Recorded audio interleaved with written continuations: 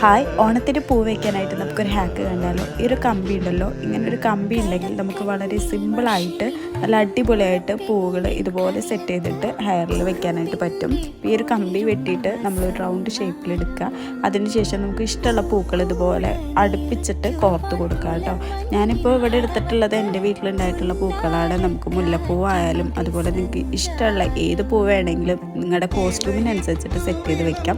അടുത്തതായിട്ട് ഞാൻ ഇങ്ങനൊരു സിമ്പിളായിട്ടുള്ള ഒരു ഹെയർ സ്റ്റൈലിനെ നമ്മൾ വെക്കാനായിട്ട് നോക്കുകയാണ്. അപ്പോൾ ഇതിന് വേണ്ടിയിട്ട് വേറൊരു പൂവും ഞാൻ ഇതുപോലെ ചെയ്തെടുത്തിട്ടുണ്ട്.